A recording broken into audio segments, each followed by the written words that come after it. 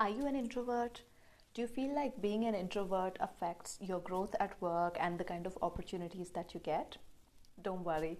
In today's video, we will discuss 10 tips that will make you seem like an extrovert despite being an introvert. So let's start. Number one is acknowledge. Most times when we are talking to somebody, we are focused on what we are going to say next instead of intently listening to that person. And one of the tools to show the other person that you are listening and understanding and showing interest in what they are saying is to show acknowledgement. Now, acknowledgement is as simple as nodding. So when somebody is talking, you can nod or give verbal nods like, okay, and you encourage them like this to talk further, or you can give them appropriate responses by saying, oh, then what happened, or really, what are you going to do now, something like that. So when you are giving acknowledgements or appropriate responses, you're encouraging the other person to talk more instead of making really small and abrupt talk. Number two is paraphrase.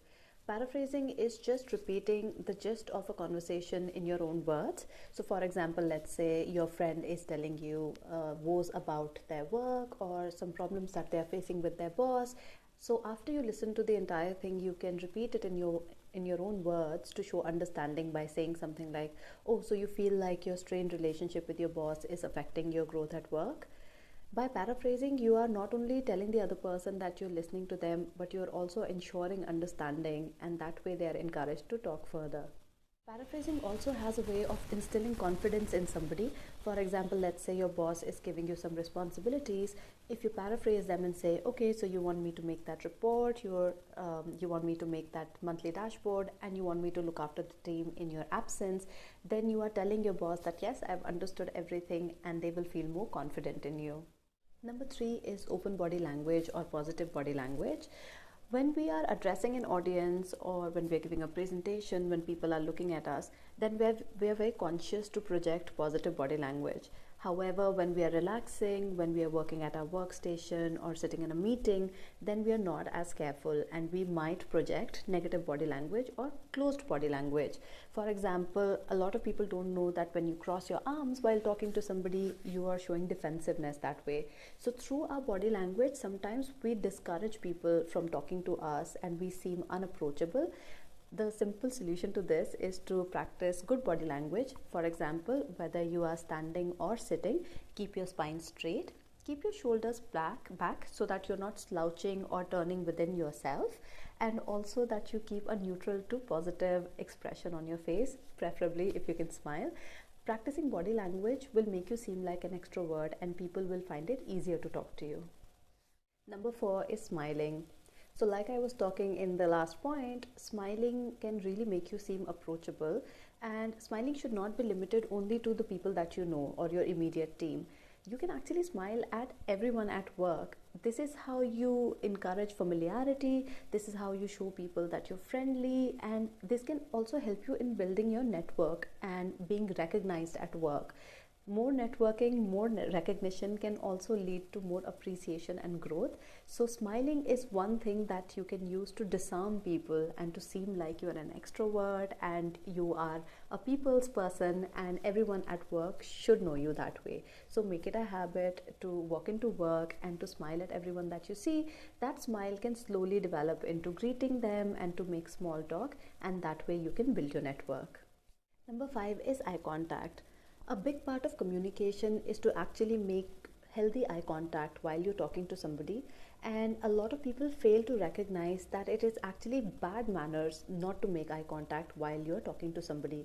So when you're talking to somebody or an audience, it is imperative that you make eye contact every now and then. Make sure that you don't stare at them or scare them like that, but you can make eye contact every now and then, and that way you look like a good communicator. On the other hand, when you are in virtual meetings and when you're on video calls, that is also when you should practice eye contact. So you would either look at the camera like I am right now, or even in the general direction of your computer screen. When you're doing that, you're showing the other person that you're actually listening to them. And with the previous points that we discussed, like verbal nods or nodding in general and giving acknowledgements, you seem like a much better communicator when you practice these things. Number 6 is modulation. Now, we have discussed modulation many times in my past videos, but let's discuss how to use modulation to seem like an extrovert. Now, when you're talking to somebody, if you sound monotonous or robotic, that automatically gives the other person the impression that you are disinterested in what they're talking about. So, by infusing modulation in your voice, by adding that sing-song quality in your voice, you're actually showing emotions and interest while you're talking to them. So for example, let's say somebody comes up to you and they say, do you know what, I'm getting the opportunity to be a part of this project. And imagine if you say, oh yeah, that sounds great. This shows maybe jealousy or disinterest or sarcasm. However, if you show the right emotions and you modulate in the right way and you say something like, wow, that sounds great when you start, then it shows the other person that you're being genuine. So by doing this, you are infusing emotions, you're showing your human side, and you're showing interest in what the other person is saying. So start using modulation when you talk to people. Number 7 is gestures. So apart from practicing good eye contact and good body language, you can also incorporate small gestures when you're talking to somebody to appear more natural and more confident and more extroverted. So you can use small hand movements when you're talking to somebody, using your hands a little bit. We practiced this while I was talking about public speaking as well. So just using your hands to gesture and to describe something when you're explaining something, this looks very natural, because people have a tendency to be very stiff if they're not really comfortable to be social and when they're talking to other people. So instead of sitting stiffly in one position or again curling into yourself and trying to hide yourself, just sit up straight, use a little bit of your hands. And if you're standing and talking to somebody, then you can also shift weight between your feet, or you can take one step on the left, one step on the right, forward or back, just to add a little bit of movement so that you don't look very stiff or uncomfortable. Try doing this. Number 8 is to take the initiative and initiate conversations. Now, I know it may feel like a drag to make conversation with people at work who are not your friends, because I'm getting paid to work, not to make friends, right?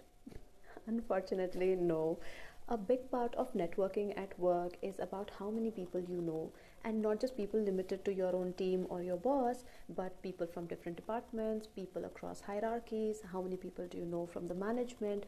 This matters a lot in terms of your visibility and how well you're known at work, because the more you know people, the more you network, the more you are recognized, and the more opportunities you may get in the future. Because if people don't even know you, then how would they give you opportunities or growth opportunities in that sense? So in the beginning, what you can do is you can just look at people even from different departments and just say, hi, how are you? And then you can look into the concept of building rapport. You can find common grounds and make small talk, and then full-fledged conversations with them. 9 is follow-up questions.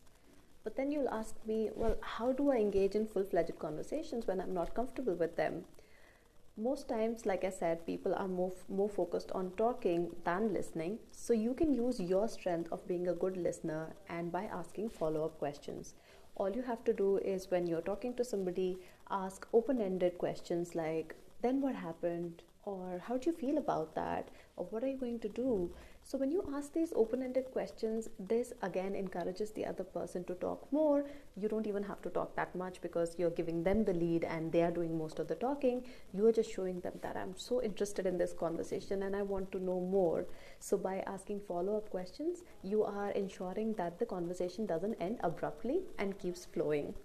And the last point is to be seen and to be heard. Now, as an introvert, I know we hate undue attention on ourselves, and especially when we're in a meeting or in a gathering, we don't want anybody to look at us and we would just love to disappear. But this is professional suicide. This is why it is important to keep reminding yourself that you have to be seen and to be heard.